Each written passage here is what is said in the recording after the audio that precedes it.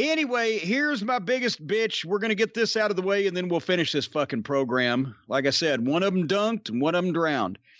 Here comes MJF. And everybody's going to think, oh, he hated it because he had to wrestle Jelly Nutella. Well, that's a small part of it.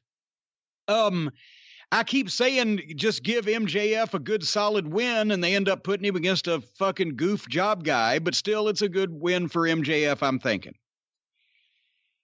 Let me just also mention this. Once again, Maxwell Jacob Friedman, his physique is looking good now. The body language, the pace, the attitude, the facials, everything is flawless. It's a shame he had so little to work with here. They took it through a break, but still he was controlling most of the pace of everything, so it couldn't go, too far wrong. But there was no reason for MJF to take this long to beat. And let's face it, he's an underneath guy. If they're going to use him as anything, that's what he is. But then suddenly, they go through a break, and back from the break, Jelly Nutella gives MJF a superplex off the top rope. And, of course, MJF sold it like $1 million. But I'm thinking, Brian, even when there was a top guy and a top guy on to get a win on Raw 20 years ago when everything was making money, Did Aldo Montoya ever superplex Shawn Michaels off the top rope? No, never. No. Okay, so I can't, and MJF's a nice guy. He's trying to get along, but no, he shouldn't have gone for that. Not only to take the risk on being injured when he's a valuable commodity, but also because Jelly Nutella is nobody to give MJF a goddamn superplex off the top rope. But then once again, here comes Superbad Kip Sabian and Super Slut, whatever her fucking name is, his girl. No. That I don't give a fuck. This fucking goddamn romantic triangle bullshit. She was apparently fucking jelly, so apparently there's something the matter with her. She's not the tampon girl, but there's got to be something the matter with her because she was fucking the blob of jelly, and now she's with Superbad. They come out on the stage at the entranceway and kiss. And this distracts Jelly Nutella so that MJF can hit his finish. Number one, they distracted the babyface. The babyface nominally in this, because nobody's the heel against MJF. The babyface is Nutella. So he looks like an idiot because he stands there and watches his girlfriend that he got fucking thrown over by kissing another guy in the entranceway and gets beat by the heel because he's an idiot. You made the babyface look stupid. Not to mention the fact that MJF needs a distraction to beat Jelly Nutella. In what universe? Once again, when did fucking Shawn Michaels need fucking distraction from Kevin Nash to beat Aldo Montoya? Yeah, and that's the least bad thing they did with MJF in this segment. Well, I was about to say, and then at least he gets a win. And then here comes fucking Cody.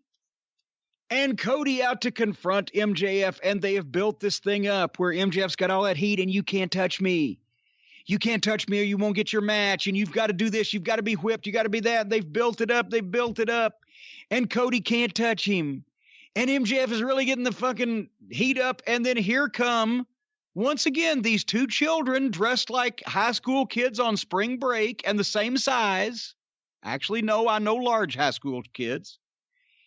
And they super kick MJF and throw him in the fucking swimming pool because they've been joking about, nobody's gone in the pool yet. That's where they need a manager. Or that's where they need a mid-card heel like a Buddy Landell was in Mid-South. Or somebody that could have took the bump in the pool and got mileage out of it. But no, you fucking morons. Isn't Cody even fit? It's his own deal. There's no way you should have touched MJF and take heat off of him, blow steam off of him with shit like this. When you're leading to a fucking pay-per-view, Cody is over, and he's going to be over regardless of what happens. With this audience especially, now's the time to take MJF up. Don't have him fucking around with the young fucks. These two stupid school children. Don't get them in the way. Don't have them super kicking him. Don't throw him in the goddamn swimming pool. Oh, boy, I really want to fucking buy that pay-per-view to see that MJF get the shit kicked out of him. Oh, he just went in the pool. Well, okay, maybe I don't have to buy the pay-per-view. That was that was Nitro booking right there. You know what? Here's what they should have done. If they were thinking, oh, there's going to be a pool nearby. I know, because I've been in many conversations backstage and dressing rooms like this. Was it going to be a pool? Well, somebody's got to go in the pool. Well, who'd go in the pool? MJF. They'd love to see him go in the pool. Well, let's let MJF go in the pool. For a momentary little ha-ha on their free television show and for people on a cruise, you just sacrificed the whole point of your goddamn pay-per-view main event. But that's all right. But here's what they should have done. After MJF finished beating Jelly Nutella without a distraction from his fucking former fucking whore girlfriend, the girlfriend that whored herself out to Jelly and is now whoring herself out to fucking Superbad Sabian.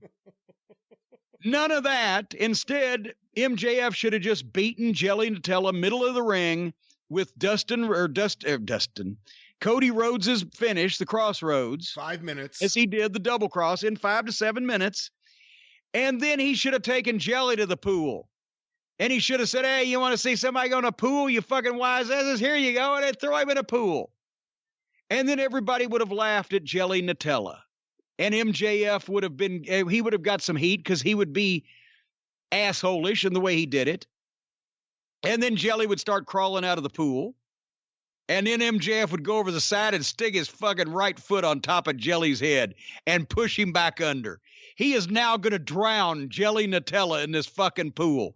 And I mean to the point where here comes some goddamn referees and maybe even a fucking camera guy puts his camera down and MJF knocks their dick stiff and goes back to trying to drown Jelly Nutella, who now they're throwing life preservers in the goddamn pool and he's holding this motherfucker down like Betty Davis and Joan Crawford would to each other in one of those old 60s fucking movies. He's going to drown this cocksucker. And here comes Cody Rhodes. And when Cody shows up, MJF backs away and Cody dives in and pulls Jelly out and starts giving him the goddamn CPR and is saving his fucking life. Well, we got to make sacrifices for the angle. If he pulls through, he pulls through. And he's looking up at MJF screaming, Max, are you out of your fucking mind? Have you gone insane? You fucking lost it. MJF was trying to drown the fucking guy. Cody saves his life. Cody's a babyface. Cody goes over like he wants to punch MJF, and MJF says, go ahead and do it. One shot, and you'll never get another one. Wait till the match, and you can punch me as much as you're man enough to, you fucking asshole, and walks off and leaves Cody standing there. That's the way you fucking sell a goddamn pay-per-view, you fucking amateur twits. That's really good. They treated the best natural heel they have, and maybe the best natural heel in the entire business, like a jerk-off on their show as they're building up this big feud with him and Cody. Yeah. It doesn't make me want to see the cage match with Wardlow more than I did last week. On a bright side, I'll give a compliment to Jelly Nutella. It always, because he has such a non-wrestler physique, it always looks like his pants are going to fall down, and they never do. I think he's got them taped. It's like the boob tape that the girls wear. He's got ass cheek tape on. No, it infuriated me, that segment, because even when Cody came out, I was like, you know what? I wouldn't do this, have them face-to-face right now while you're building this up, but who knows? Maybe they'll surprise me and do something interesting. And as soon as the Bucks of old come out, shushing everyone, don't say we're sneaking up behind this guy who can't hear us, I said, oh no. And then they took him to the pool, and I'm like, there goes his heat. Hey, look, he's a brilliant guy. He'll get his heat back. It's not really about that, but it's just, all you did was hurt the build to this match, which you have been building up, and this program you've been building up for weeks now, since the Jericho-Cody match. And even before that, where they were friends, there was no point to this. There was no reason for it. Someone should have said, this is a really bad idea. But it seems like there's never that person to say that. Well, that's because there's no one person that, just because you've gone to fucking flight school and you've flown the simulator doesn't mean you can be Captain Sully and land the fucking plane on the Hudson. And just because a lot of these guys in practice have booked and written television and formatted things and come up with finishes, whatever, doesn't mean you can actually do it when there's actual fucking consequences and national television. Anyway,